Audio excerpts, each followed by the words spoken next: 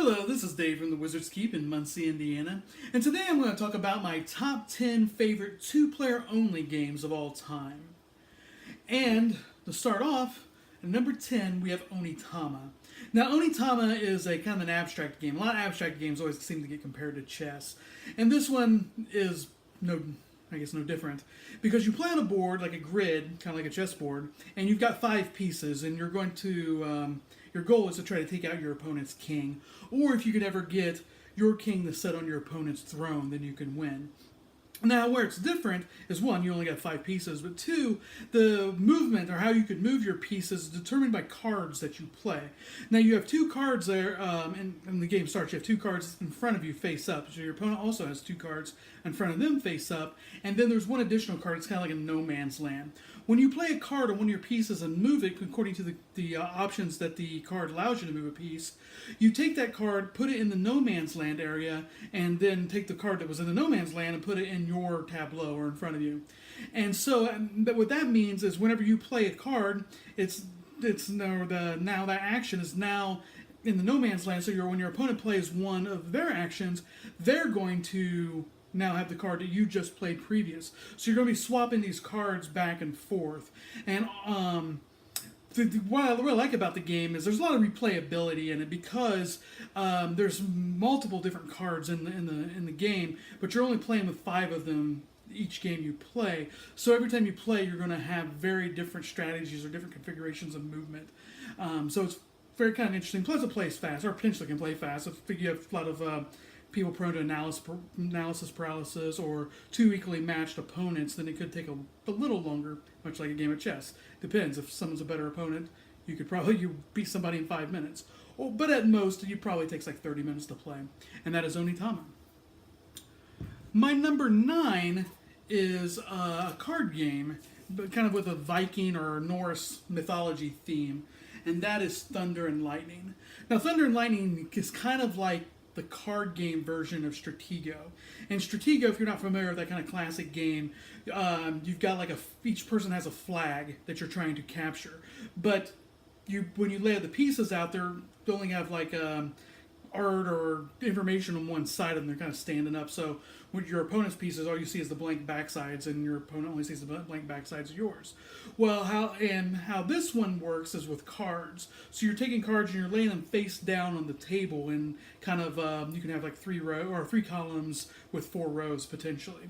And when you have your card interact with one of your opponent's card, you kind of flip them both over simultaneously. And if you have the bigger card, then you beat your opponent's card, and then which they have to discard and remove. And then how you win the game is either, one is if you can ever wipe all your opponent's cards off the table, or two, each person, you're kind of like I said, one person's playing Loki, the other person's playing Thor, so each one has like their own kind of unique item. Like so if you can kind of find what your opponent's item, if it's on the board and you find it, you win the game, or if they have it in their hand and for whatever reason you force them to discard that card from their hand, then they lose the game. So it's kind of a lot of bluffing elements, a lot of memory elements.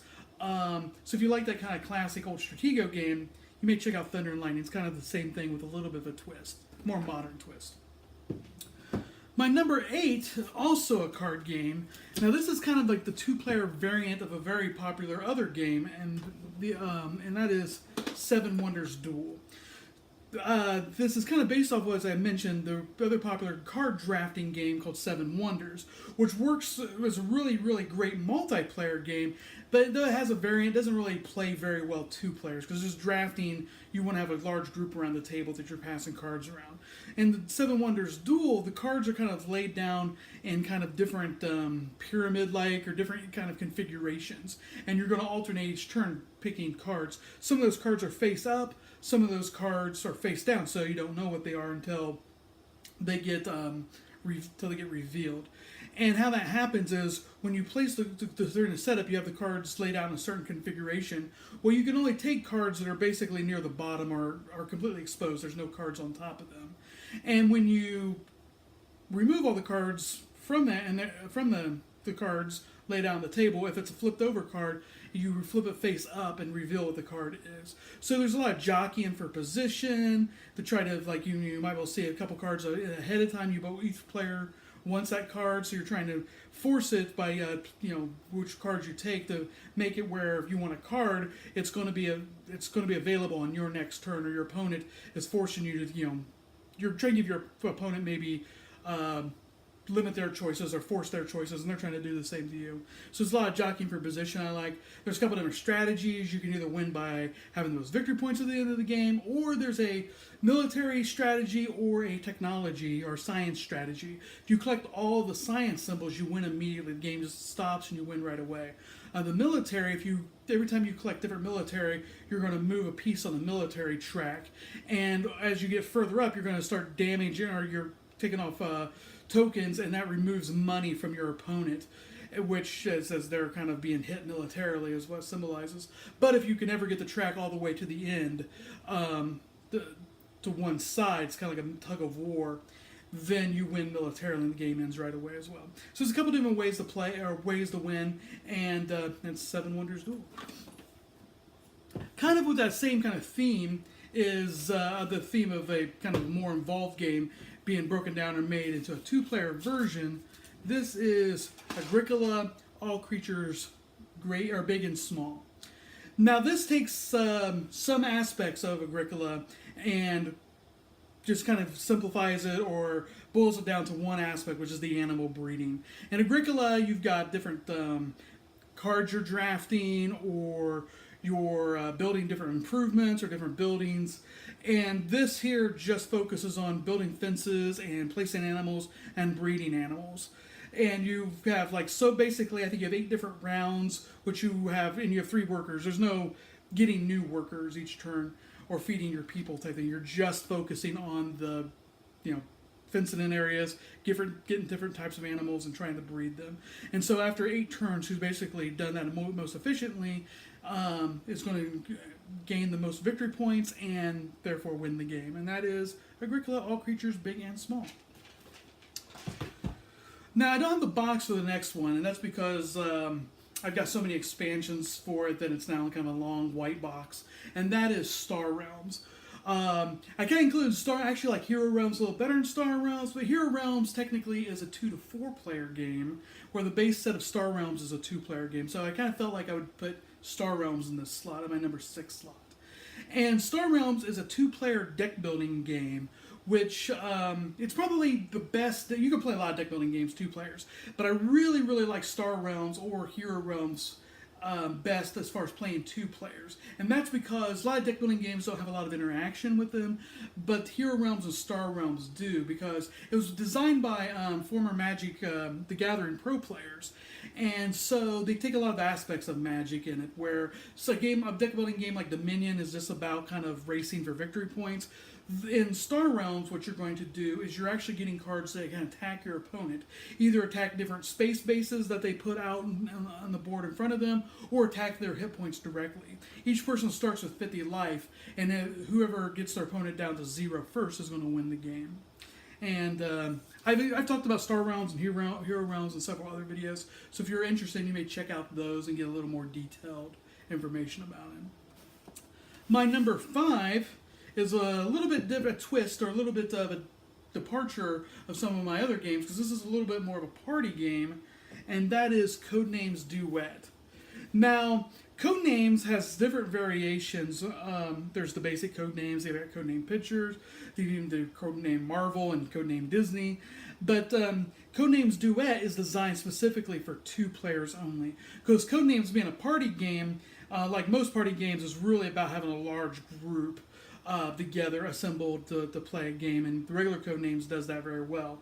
But does not really play 2 players well. Duet does, hence the name.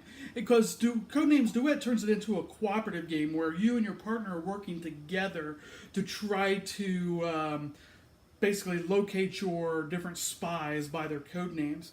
And you're going to have different words laid out on the table. And you're trying, I guess there's an example here on the back of the game. So there's these different words that are going to be laid out on the table. And what you're trying to do is you've got a configuration telling you which words that you're trying to get your opponent or your partner to guess, and they're going to have the same thing, which are going to be slightly different words.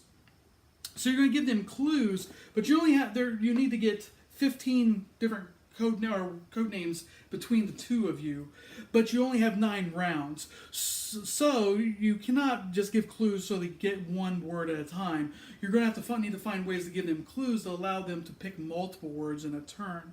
So you try to find associations between multiple words, like maybe you could say food 3, and they could find all the words that are food.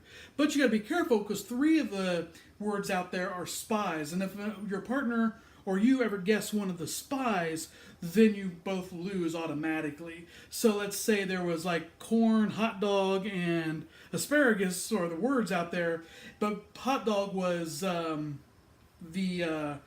spy. You're not going to want to say food 3 or even food 2 because they could pick the hot dog. But you might go vegetable 2, and therefore they just pick the corn and the asparagus and not the hot dog. So those are the things you got to think about. And it's kind of even this is game, even when you lose, it's kind of just a fun experience as you argue back and forth. Why did you pick that, or what were you thinking when you gave that clue? And that's Codenames Duet. My number 4, back to a little bit more heavier games, and that is 1960 Making of a President. Now this one is a game that's rich in history and politics, things that I'm very, very interested in or have a fondness for.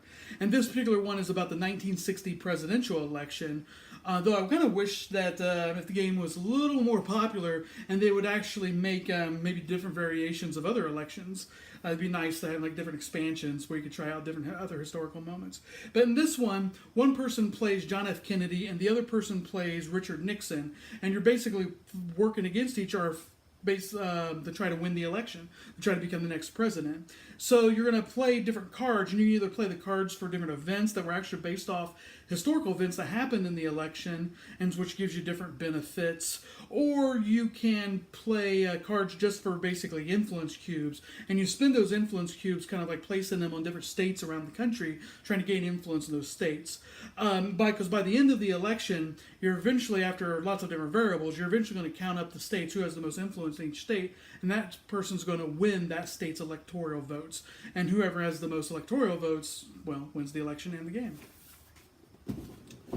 My number 3 is another game by one of my favorite designers, Uwe Rosenberg. If you've been watching these videos, you're going to see his name pop up a lot. And that's for good reason. I think this game itself actually even made my top 60 board games of all time. And that is Patchwork. Now, Patchwork's kind of a weird game because even though I really like Uwe Rosenberg, but his subject matters are not things that normally interest me. I don't really care a lot about farming. I really don't really care a lot about making quilts. But the game mechanics are very, very interesting to me. What you're doing in Patchwork, the concept is each person's trying to make a quilt out of different kind of scrap pieces of material. And those scrap pieces of material are these different kind of awkward or oddball shapes, kind of like different Tetris pieces is what they kind of remind me of. And you're going to kind of play those or purchase those cards with buttons that you earn at different income phases, and you're going to place those shapes on your board, trying to maximize or fill out the most space most efficiently. And whoever ends up doing that the most efficiently by the time the game ends is going to accumulate 1, the most points, and 2, win the game. My number 2 game is probably a little bit more, I guess, where these other games, a lot of these others are kind of Euro games, so the subject matters are less about, it's more about the mechanics than the subject matters of the game, like Patchwork. But this one is definitely, it has great mechanics, but it's definitely about the theme, and that is Blood Bowl. Now, Blood Bowl is true fantasy football, because in Blood Bowl what you're doing is you're playing different fantasy teams, like either an elf team or a dwarf team or an orc team, and based on the race you pick, they're going to have different advantages. So like orcs are really good about beating your opponent down, and the dwarves are really, really tough, so they can take a beating. The elves are a little squishy, but they're kind of agile and tricksy, so they can kind of weave in and out of people's tackle zones, and they're really good at like throwing and passing and catching and scoring. But there's kind of two different, there's really, to win the game, it's whoever scores the most, touchdowns. But there's kind of a different strategies to do that. You can be like the elves and just try to score as many as you can. Or you could be like the Orcs, which just beats your opponent down. They have no very little team left and kind of score at will after that. This game really works really well. It's kind of weird to kind of put on a 2-player only list because you do play it when you play it as 2 players. But it really works best in like league play where you're actually playing with multiple other players. But not concurrently, not simultaneously. But the nice thing is then it has like an RPG element because every time you beat somebody up and cause a casualty, you get star player points. Or if you score touchdowns or get interceptions or receptions, you get star player points. You need to take those star player points and your characters kind of level up like an RPG and gain more skills. Maybe they get stronger, maybe they get faster, or maybe you get some skills that allow you to knock people over easier or dodge out of tackle zones easier. And that's what I kind of like about it because it brings a lot of sports elements to it, but with a different fantasy twist, and that is Blood Bowl. And now my number 1 game is another Uwe Rosenberg game. Back to kind of boring themes. It's a farming game, but it's just an amazing 2-player game, and that is Fields of Arle. Now, some of these other 2-player games, usually when you see a 2-player game, they were kind of smaller by, like you had the Agricola, All Creatures Big and Small, or Seven Wonders Duel, kind of like smaller, shrunk down versions of kind of bigger games. Well, this one, this is a pretty huge box. This is this is a full game just for 2 players, and it feels like a full game, where some of the other games can be a little like lighter versions.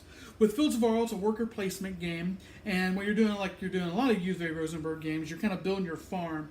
But this one has lots and lots of choices, where you can breed animals, which is pretty common for a lot of farming Uwe Rosenberg games, or you can kind of mine different, or you can like turn your animals in to get different like hides, and then you can take that hide and turn it into leather, and then that leather you're making like different boots or clothing out of, and you can use that for victory points, or you can ship them off to other towns and you get victory points for traveling to far away towns, or you can buy different buildings which you kind of attach and add to your farm or your little villa. And so there's just lots of different choices you can make, and therefore lots of different strategies. So every time you play, you can kind of pick a different way to play so it doesn't become boring or stale, which is what I really like about this one. It just has lots of things going on, and that is Fields of Arle. Well, thank you for tuning in and checking out another one of my videos. As always, if you have any questions about any of these games, feel free to message me on Facebook or stop into the Wizard's Keep. And until next time, thank you for watching.